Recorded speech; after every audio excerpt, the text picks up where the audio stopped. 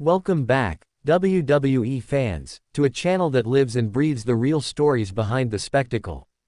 Tonight, we are not just analysts, we are witnesses to a moment so profoundly human, so emotionally raw, that it transcends the very concept of sports entertainment.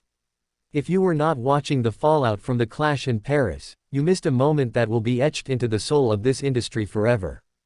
The air was thick with grief, with the haunting aftermath of a war that had left its champion broken. Seth freakin' Rollins, a man who had given everything, was addressing the WWE Universe from the ring, his voice cracking not from character, but from the very real, devastating weight of a shattered dream in a broken body. To understand the gravity of this scene, we must first go back to the hellscape of Paris. This was not a standard pay-per-view main event. This was a brutal, physical war that felt less like a match and more like a health crisis unfolding in real time. The reports that trickled out afterwards were not about worked injuries, they were whispered concerns about Seth Rollins' knee, with words like catastrophic and career-threatening used in hushed, serious tones backstage. The mood was not one of storyline advancement, but of genuine concern for a man, a husband, and a father who had potentially sacrificed his ability to walk normally for our entertainment. The grief was palpable. This grief was compounded by the ghost in the room, the specter of a family breakdown that has defined the last decade. The history between Seth Rollins and Roman Reigns is not just a wrestling feud, it is a deep, personal saga of brotherhood, betrayal, and a rift that never truly healed. From the ultimate betrayal in the Shield to their wars over the WWE Championship, these are two men whose legacies are irrevocably intertwined by a bond that was shattered, a bond that so many fans had given up hope of ever seeing repaired. The resentment was too deep, the history too painful. Please like, share and subscribe for more WWE content. Alright, we're halfway through, and things are about to take a serious turn. If you thought you knew where this was going, think again, this is where the real drama unfolds. Stay tuned, because the best is yet to come. Seth stood in that ring, a single spotlight on him, and he laid his soul bare. He spoke of the doctor's diagnosis, the grim reality of surgery and an uncertain future. He wasn't crying for sympathy, he was mourning the loss of his passion, the terrifying void that comes when the thing that defines you is suddenly ripped away. He spoke of his family, of his child, and the fear of not being the father he wanted to be. This was not a performance. This was a man confronting his own mortality as a performer, and the entire arena sat in a reverent, heartbroken silence, feeling every ounce of his pain. And then, a sound cut through the silence. It wasn't a theme song. It was the distant, then growing, wail of an ambulance siren. A wave of confusion swept through the crowd. Cameras scrambled to find the source as the arena doors burst open. Paramedics rushed out, not toward the ring, but to the back of an ambulance that had pulled right up to the entrance ramp. The doors swung open, and the collective gasp that echoed through the arena was a sound I will never forget. There, being carefully helped out by medical personnel, was Roman Reigns.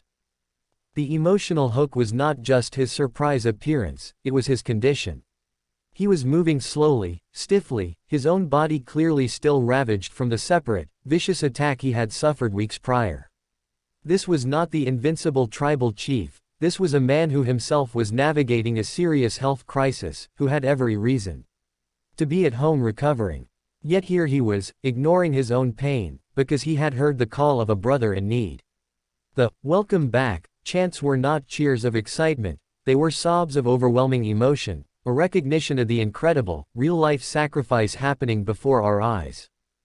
He refused a microphone at first, instead using his energy to slowly, painfully, make his way down the ramp. Every step was a testament to his own will, his own sacrifice.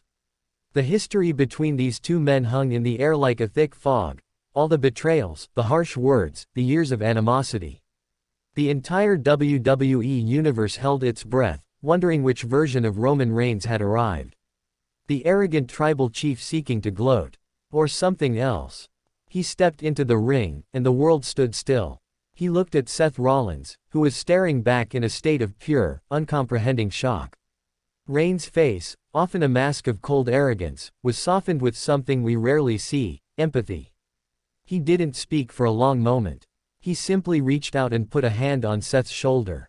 It was a simple gesture, but in that context, after all they had been through, it was the most powerful moment of the year. It was a silent acknowledgement of their shared history, their shared pain, their shared sacrifice in the name of this business. When he finally took the microphone, his voice was low, strained from his own injuries. "This isn't about being the tribal chief," he said, his words measured and heavy with emotion.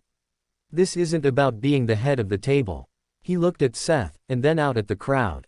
"This is about a bond that, no matter how badly we break it, never fully goes away.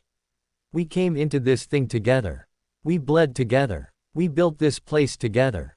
And when one of us is down, truly down, the other shows up." He wasn't there to fight. He wasn't there to claim glory. Roman Reigns, in the midst of his own health crisis, had arrived in an ambulance to offer not his strength, but his support. He was there to tell Seth Rollins that he would not face this darkness alone.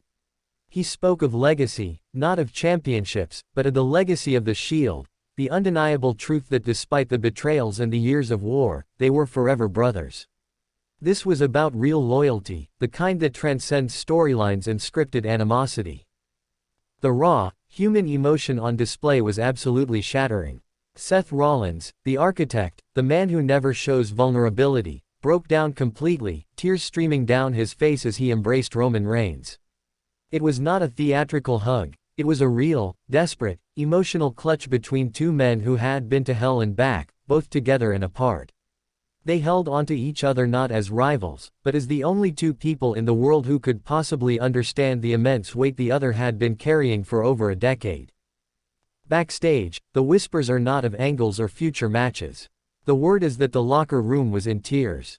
Superstars, producers, and crew members alike were reportedly overcome by the genuine nature of the moment. There is talk that this was not a heavily scripted segment, but an idea born from a place of real respect between two veterans, approved by a company that recognized the powerful, healing message it would send. The real backstage dynamics of years of tension between these two men made this moment feel not like a storyline, but like a true, authentic resolution to a real-life conflict that had played out in the public eye for years. What does this mean for the legacies of these men? It redefines them entirely. Roman Reigns' legacy will now forever include this act of profound humanity. It proves that beneath the tribal chief, the head of the table, there is a man who understands that some bonds are thicker than blood, than titles, than ego. Seth Rollins' legacy is now one of incredible vulnerability and strength, showing that true toughness is not hiding your pain, but sharing it. Together, they taught us that a family breakdown does not have to be permanent, that time and shared trauma can sometimes be the bridge that leads you back to each other.